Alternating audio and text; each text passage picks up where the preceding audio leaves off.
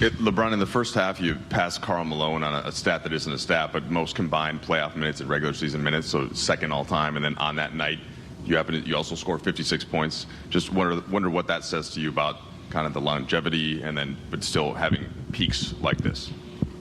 Well, it says I've played in a lot of games, and I've logged a lot of minutes in my 19-year career, and then on the contrary, I've been able to sustain my level of play. Continues to just try to break any narration of a guy at this age and this number of seasons on his productivity, and just try to go out there and just continue to make plays. Like I said after the last game, guys asked me if I could ever look at it, see if I can do more. I always try to put that pressure on me and see ways I can do more for this ball club, and try to figure out ways for us to get wins.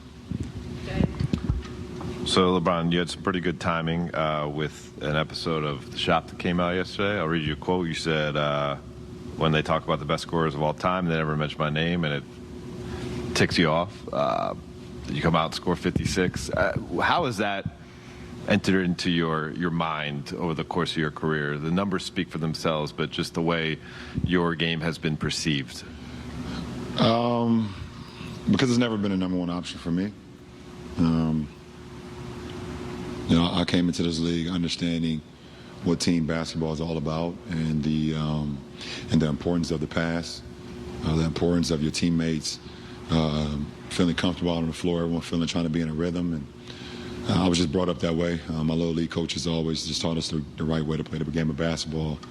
The word ball hog was something that we despised of, and we never let creep into none of our ball clubs. It was just something that we never wanted to do, and I guess it just stuck with me, man. I've always loved the success of my teammates, scoring off a pass of mine, or even a hockey assist where we can get the ball moving from side to side, and but also knew that I knew I wanted to be a triple threat as well, to be able to score, at all levels of the game. To keep defenses, at bay, so they can't just, expect for me to pass all the time. And if you can do both, it really keeps the defense, they don't quite know what to do at times. And tonight was one of those moments where I just had it going. LeBron, we've asked you about different milestones and stuff like that throughout the course of this year, and the answer's generally been the same, which is like, if it doesn't happen in a win, sort of, it just means a lot less. For this group, kind of knowing how badly it needed a win, too, how special was it for you to help provide that? What do you think it can do for this group? It's funny. Sorry to cut you off, but it's funny. Our guys were following me off the floor tonight, going into the locker room. They asked me, how does it feel to score 56? I said, right now, I don't give a damn about the 56. I'm just happy we got a win. That's just literally the first thing that came to my mind. And we needed, pretty much all of them, going against a team that's just so explosive offensively. And at any moment, just like in the second quarter, I could put 40 on the quarter, but like I said, I was just felt pretty good with my game tonight. Every part of the floor, and like I said, I was able to make a couple plays to help us win. Hey, LeBron, how would you compare the level of pain that you're playing through to be still productive compared to these past few seasons? I don't really think about it too much. I feel it from time to time. Well, not from time to time. I feel it, but at the end of the day, if I'm on the floor, I have a job to do. If it gets to a point where I feel like it's hurting me in the long run, then I shouldn't be out there. But if I'm suiting up, then I have a job to do, to go out and be productive. That's what it all boils down to. We'll do two more. We'll do one with Melissa and then Jordan Richard. Hey, Bron. Obviously, what you did tonight was incredible, but I think what goes under the radar a lot is just on a consistent night, what you've been doing has just been unprecedented at your age. What goes into taking care of your body right now? The number one thing is sleep, rest. Obviously I'll be able to sleep better tonight than I've done over the last few games.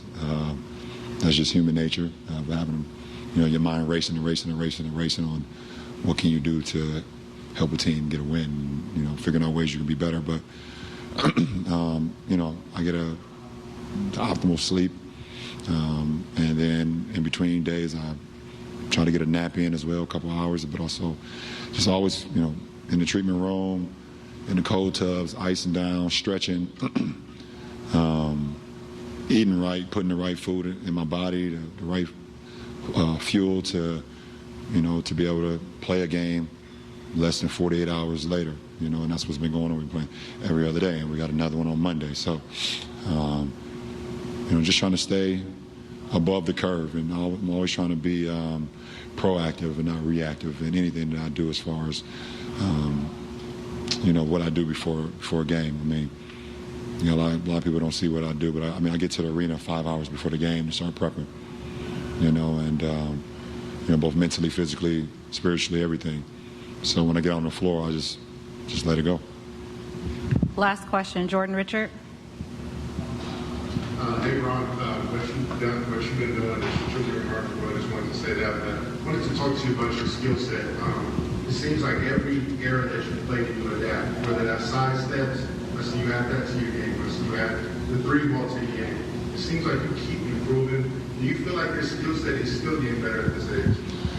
Well, you got to have growth mindset. And in this league, it's changed probably 3 or 4 different times on how teams play since I entered in 2003. It's been paint dominant. When I first came in, there was a lot of big fellas, a lot of bigs that you just throw the ball in the post and watch them work. And then, a few years down the line, it became more of a lot of just passing, cutting, things of that nature. And then a few years later, it became very pick and roll heavy. And then Steph entered the league, and it became 3-ball, 3-ball, 3-ball. And you got to be able to, you got to be able to adjust, man. And if you cannot have a growth mindset on how you can find ways to get better with the time, then you'll get left behind. And I'm one to, I'm not saying that I've changed my game in any way. I've always just wanted to be able to have a game that fits any style of play or any era. I feel like my game will fit any era in basketball history from the time the great James Naismith created it. So, as long as I'm in this league, if the game changes again and I'm still in it, hopefully, I'll be able to continue to have that growth mindset where I can continue to adapt. All right, appreciate it. After a 50